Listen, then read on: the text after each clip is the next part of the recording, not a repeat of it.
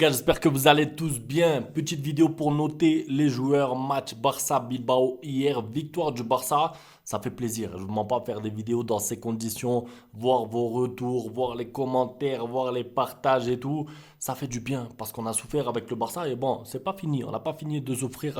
On n'a pas fini de souffrir avec ce club. Mais quand ça va bien, quand le Barça enchaîne les résultats, sachez-le, c'est un plaisir pour moi de faire des vidéos plus que la normale. Donc, on va noter les joueurs de 1 à 10. Évidemment, si vous n'êtes pas d'accord avec une note, si vous voulez changer une note, n'hésitez pas dans les commentaires. Il se peut que je sois un peu généreux. C'est normal, hein, c'est les victoires. 2 victoires d'affilée, gagnées contre Bilbao. On a vu du jeu en plus. Un petit peu plus tard, il y aura une vidéo réponse à vos questions comme d'habitude. Un petit like à la vidéo aussi, c'est pas encore fait. Ça soutient. On commence avec Ter Stegen. Alors Ter Stegen, moi j'ai rien à lui reprocher dans son match d'hier. Pas de relance bizarre, pas de sortie ratée, juste le penalty qui n'a pas été stoppé. C'est difficile les penaltys, vous le savez. On peut rien dire contre lui pour ce match. 7 sur 10. Koubarsi maintenant. Alors Koubarsi, je vais le mettre un 6 sur 10. Il est fautif pour le penalty. Alors je lui en veux pas. Encore une fois, c'est un jeune joueur. Je prends bien sûr le contexte. Il peut pas enchaîner toute une saison au top niveau comme il avait fait les 2-3 mois de la fin de la saison dernière, évidemment. Mais je l'ai pas trouvé très juste, même techniquement. Pour vous dire, il y a un moment, une action, il fait la passe à Ter Stegen, elle va en corner. Un petit peu de panique dans la surface, pas trop de sérénité chez lui, mais je pense que c'est normal. Il a fait les Jeux Olympiques, ça a été long. L'enchaînement, il faut se remotiver tout de suite. Donc voilà, je lui en veux pas évidemment, mais pour moi, c'est un 6 sur 10. Ça n'a pas été un grand match de Koubarsi, comme on les avait vus la saison dernière, surtout en fin de saison. Baldé, maintenant, Baldé, j'ai beaucoup aimé son match, mais surtout sa deuxième mi-temps. En première mi-temps, il avait du déchet technique, des passes ratées et tout. Et en deuxième mi-temps, j'ai l'impression qu'il s'est lâché. Des accélérations à gauche, des débordements, des replis défensifs, des récupérations de balles. Moi, je lui mets un bon 7,5 sur 10. Ça fait du bien de le retrouver petit à petit. Et je pense que lui aussi, il va progresser, il va monter en puissance. Je parlais dans une autre vidéo que, évidemment, quand tu auras De Jong, Gavi, ce sera considéré comme des recrues. Mais Baldé aussi, parce que Baldé, on l'a pas eu toute la saison dernière presque. Enfin, j'exagère, mais il était blessé la plupart du temps. Et du coup, Cancelo à gauche, et du coup, Hector Fort et tout. Là, si tu as un petit peu de stabilité, si tu as un Baldé qui peut être régulier et qui peut jouer toute la saison à gauche comme ça, évidemment, il va progresser sous Hansi Flick. Et franchement, ça fait plaisir à voir. Du coup, je vous ai dit 7,5 sur 10. On passe à Inigo Martinez. Moi, Inigo Martinez, je vais lui mettre un 6,5. C'est pas un gros match de sa part, mais c'est mieux que ce qu'on a vu lors des matchs amicaux, lors du premier match officiel où on se disait mais qu'est-ce qu'il a? On se disait qu'est-ce qu'il a Inigo Martinez?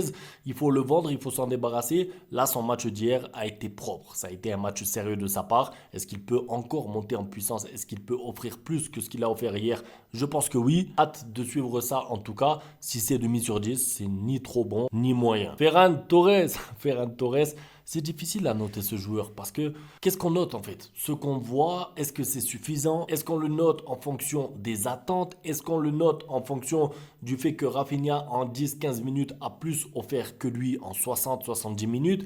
Qu'est-ce qu'on note? Donc moi je vais lui mettre un 4,5 sur 10. Je suis désolé, moi je le note en fonction des attentes puisqu'il est titulaire. Je le note en étant ailier gauche titulaire du Barça. Est-ce que ça a suffi? Non. Il y a un moment, il a fait une bonne action, il rentre dans l'axe, il frappe, la frappe est cadrée. D'accord. Est-ce que ça justifie le fait d'être titulaire encore une fois? Non. Est-ce que c'est suffisant en étant titulaire au Barça?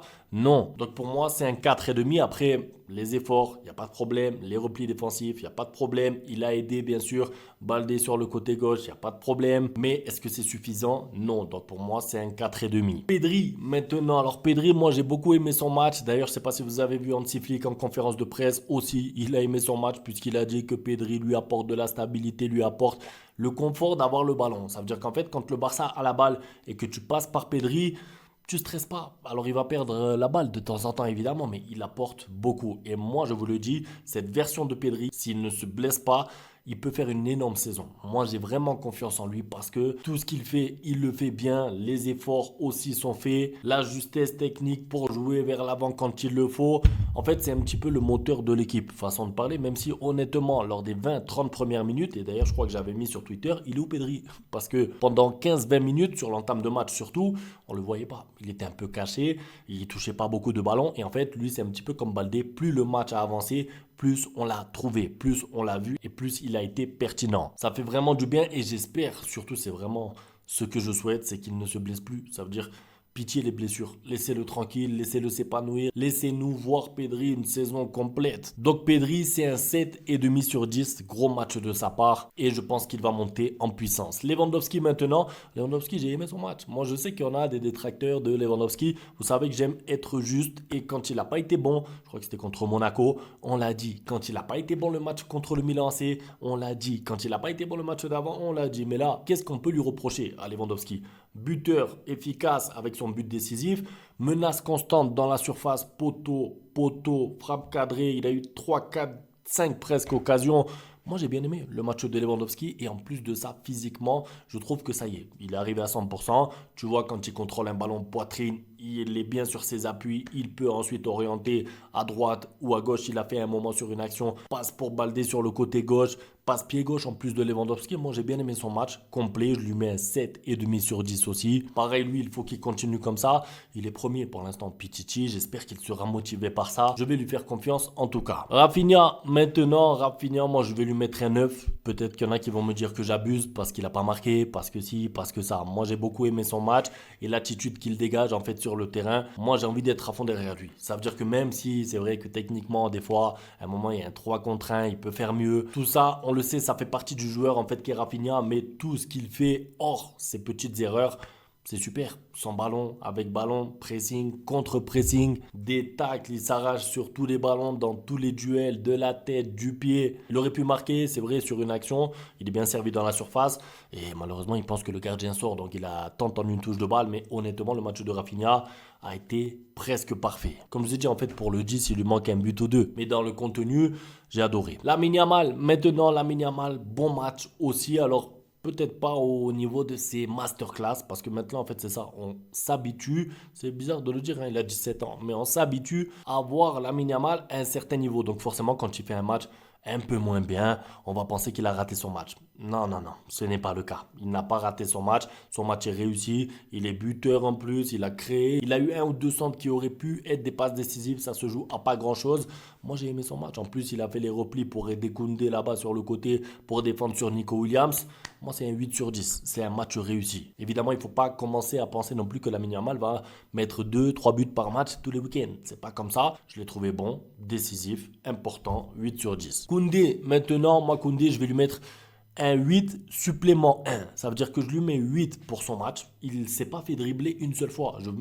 C'est pas moi qui le dis, c'est la stat. Il ne s'est pas fait dribbler une seule fois par Nico Williams. C'est fort. Pour moi, c'est fort. Donc, c'est un 8 sur 10 pour son match supplément 1 parce qu'on sait dans quel contexte il est arrivé ce match. Ça veut dire que c'était un match particulier pour lui. Un gros duel face à Nico Williams. Il a remporté son duel. Donc, pour moi, c'est un 8 plus un bonus cadeau. 9 sur 10 pour Koundé. Franchement, j'ai beaucoup aimé. Même dans les relances propres, tu vois que physiquement, il est là, quoi. Il est prêt. J'ai l'impression qu'il n'a pas fait de pause. On est loin du Koundé qui était rentré dans le match, je crois que c'était contre Monaco, où il n'était pas prêt du tout. Là, ça y est, Koundé, il est à 100%. Techniquement, ça va. Physiquement, il est bon. 8 plus 1. Et je finis par Bernal, qui pour moi mérite aussi un 8. Et on peut même lui mettre un plus 1 lui aussi, parce que le plus 1 du 17 ans. Voilà, il a 17 ans, mineur, titulaire, poste de numéro 6. Il faut gérer la défense, il faut gérer la liaison avec l'attaque, il faut s'assurer de ne pas faire d'erreur parce que si tu fais une erreur dans cette zone-là, c'est comme contre Monaco. Vous vous rappelez, Bernal, erreur, hop, but de Monaco.